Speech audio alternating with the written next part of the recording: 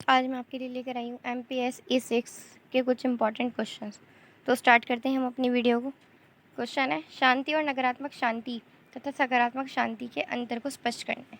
तो शांति का सामान्य अर्थ होता है कि युद्ध और हिंसा का अभाव, लेकिन आधुनिक शांति अध्ययन में इसका व्यापक अर्थ है, बिल्कुल उल्टा अपोजिट अर्थ है इसका शांति का।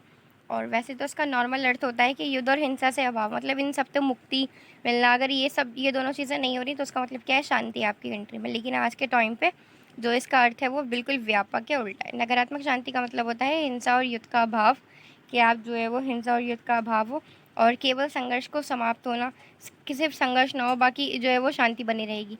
समाज में असमानता और शोषण मौजूद रह सकते हैं। और सकारात्मक शांति का मतलब होता है न्याय, समानता और मानवाधिकारों की स्थापना। कि शांति का मतलब है कि आप सिर्फ युद्ध का अभाव ना हो, हिंसा का, बल्कि न्याय भी हो, समानता भी हो, मानवाधिकार भी हो, ठीक है, की स्थापना भी हो। ये सब अगर चीज़ें मिल रही हैं लोगों को तो शांति है वहाँ पे।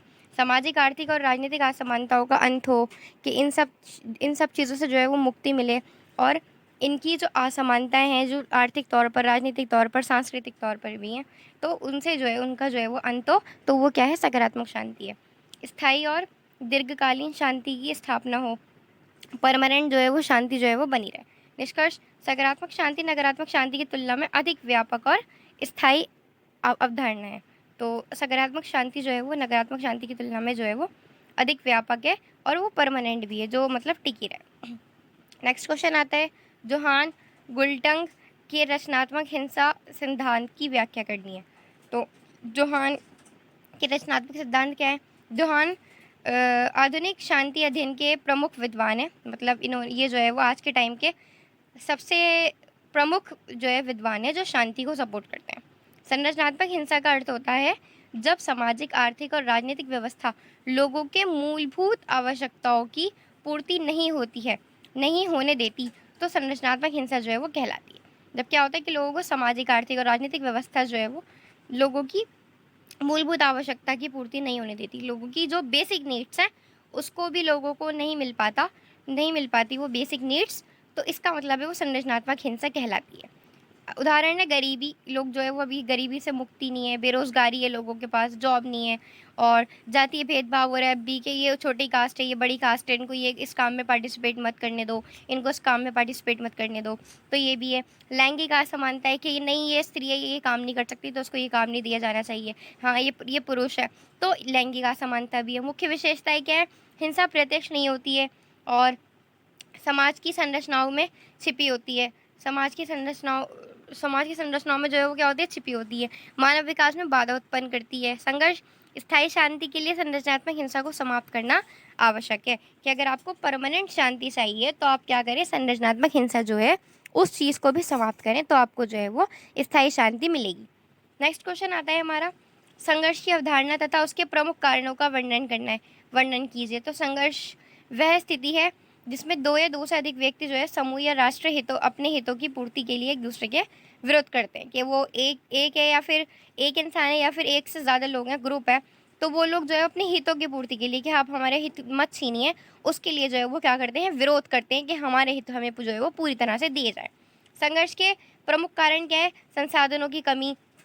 संघर्ष के प्रमुख कारण यही है कि संसाधनों की कमी हो रही है, राजनीतिक सत्ता का परिस्थिति है, आर्थिक और सांस्कृतिक जो है वो भिन्नताएं हैं, आर्थिक असमानताएं हैं, जातीय और क्षेत्रीयवाद है।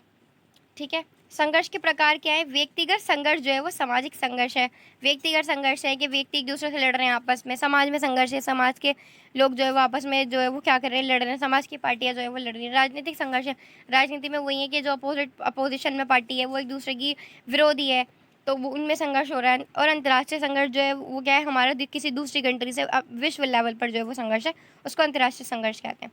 निष्कर्ष, संघर्ष समाज का स्वाभाविक अंग है, परंतु इसका शांतिपूर्ण समाधान जो है वो आवश्यक है। संघर्ष जो है वो क्या है, समाज का स्वाभाविक है। कि हाँ, जो ये आप नॉर्मल एग्जांपल ले लो तो हर घर में भी संघर्ष होते हैं, नॉर्मल है ना।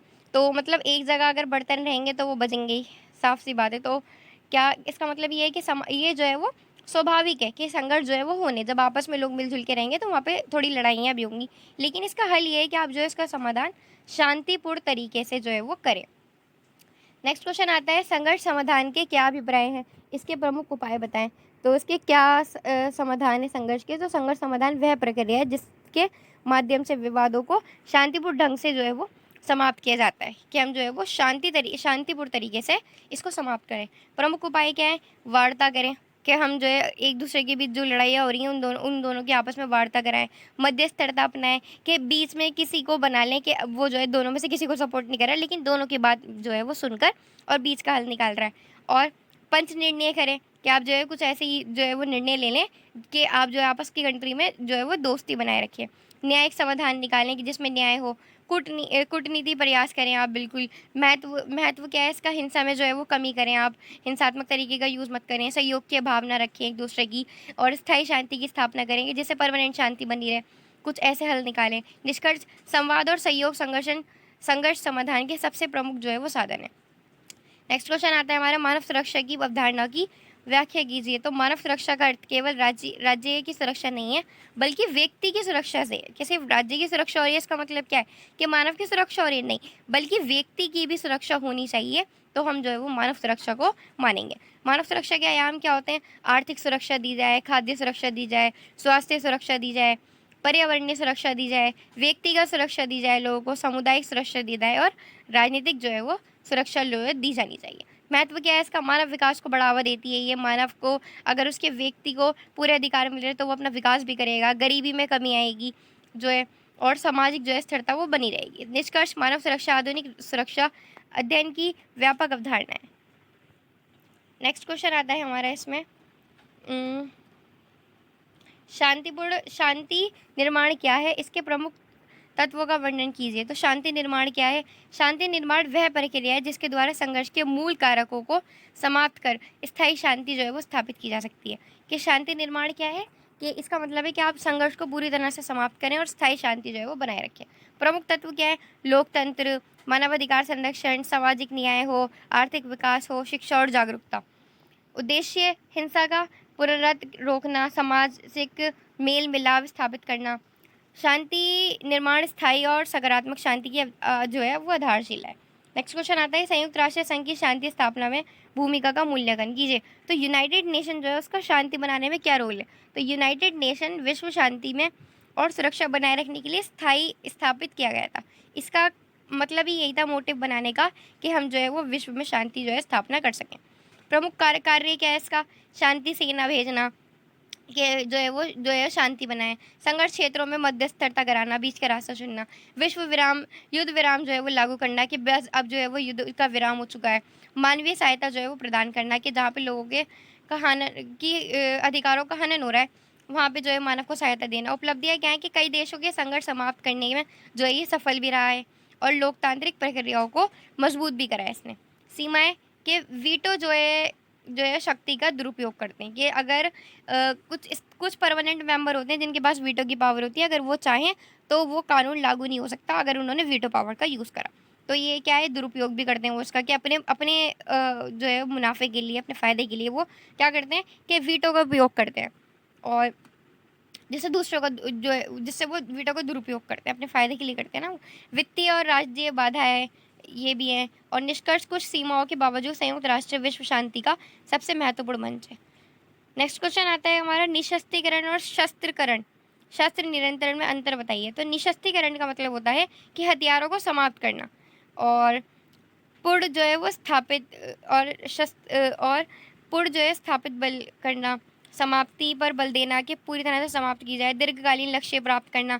शस्त्र नियंत्रण का मतलब है कि हथियारों को सीमित करना। नियंत्रण और संतुलन जो है वो बनाए रखना। व्यवहारिक उपाय निकालना। महत्व क्या है? कि युद्ध की संभावना जो है इससे क्या होती है? कम होती है, अगर हम इन दोनों चीज़ों का यूज़ करें। अंतर्राष्ट्रीय शांति को बढ़ावा मिलता है। निष्कर्ष, दोनों विश्व शांति स्थापित करने में के महत्वपूर्ण साधन है जो शांति को स्थापित कर सकते हैं। नेक्स्ट क्वेश्चन आता है, आतंकवाद की अवधारणा और उसके प्रमुख प्रभावों का वर्णन कीजिए। तो आतंकवाद जो है वो राजनीतिक, आर्थिक और वैचारिक उद्देश्य की प्राप्ति हेतु हिंसा और भय का उपयोग करता है।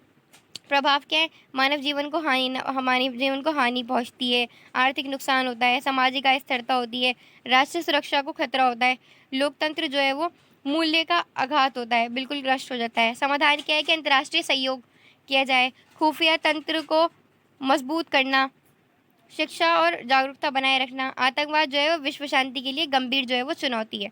लास्ट क्वेश्चन आता है हमारा, शांति शिक्षा का महत्व स्पष्ट कीजिए। तो उत्तर है, शांति शिक्षा का उद्देश्य व्यक्तियों में सहानुभूति, सहयोग और राष्ट्रीय अहिंसा के मूल्यों का विकास करना है। उद्देश्य क्या है कि संघर्ष को शांतिपूर्ण समाधान मिले, मानव अधिकारों की प्राप्ति जो है वो के प्रति जो है वो सम्मान हो, लोकतंत्र मूल्य का विकास हो, वैश्विक नागरिक की भावना हो। महत्व क्या है कि हिंसा में कमी आती है, सामाजिक सद्भावना बनी रहती है, लोकतंत्र संस्कृति का विकास होता है, इससे स्थायी शांति की स्थापना कर सकते हैं हम। निष्कर्ष, शांति शिक्षा शांति और मानवता के निर्माण का जो है वो महत्वपूर्ण माध्यम है। तो आई होप आपको ये वीडियो बहुत पसंद आई एंड आपके एग्जाम के पॉइंट ऑफ व्यू से हेल्पफुल भी है। तो thank you for watching my video. अब मिलते हैं हम नेक्स्ट वीडियो में।